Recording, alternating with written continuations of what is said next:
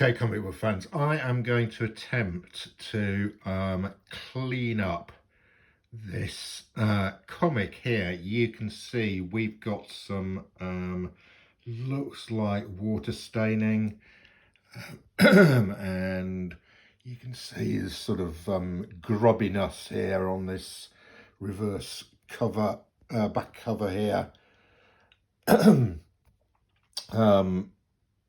Yeah, so quite messy, quite dirty. Let's have a look at the front.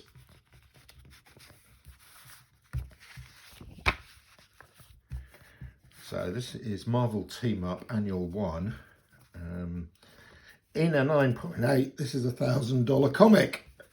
However, in this sort of condition, you can see here, the cover is badly crinkled, some really nasty staining there. And you can see it's quite badly stained, quite dirty.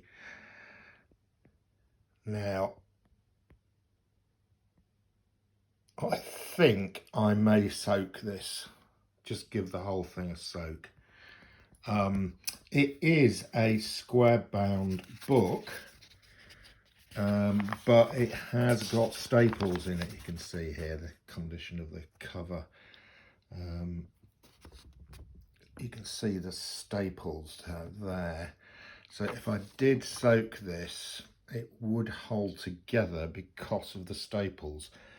Although the staples, of course, are not holding the cover. I presume the cover is just held on with the square bound glue. It does seem quite well attached. I don't want to unattach the cover. So I might just try and clean up the rear cover and the front cover, which I've not done before. Usually when I clean up, I soak the whole thing. But I might just try cleaning, sort of putting the rear and front cover under a sort of water stream and see if that works. Okay, I have cleaned up the back and front covers. So I cleaned them with ImmacuClean, and then I basically just ran them under a tap until for probably about 5 minutes each side. Now, have a look at the before photo. You can still see there's some staining left, but it is much reduced. This back cover is much cleaner than it was, and all the wrinkles have gone. It has been de-wrinkled, and it is much cleaner. It's not perfect. I do get better results when I do a complete soaking of a comic, but I was worried with this that the cover would become detached if I soaked the whole thing. Let's have a look at the front, because that's come out pretty well as well. There we go. This is, in fact, the front's done better than the back. This is cleaned up significantly. This is much better. And if you remember from the before pictures that I did, this was all crinkled. This is now all completely flat. We've got some nice gloss on this now. This is looking pretty good. I mean, there's a crease at the top here, but there's nothing I can do about that. It's a square bound cover. This was already had already got this sort of flattening of the square bound cover on it. So all this, there was a lot of dirt up here that's all gone. It's amazing what a bit of tap water can do to carry the dirt out of a comic. This has improved dramatically.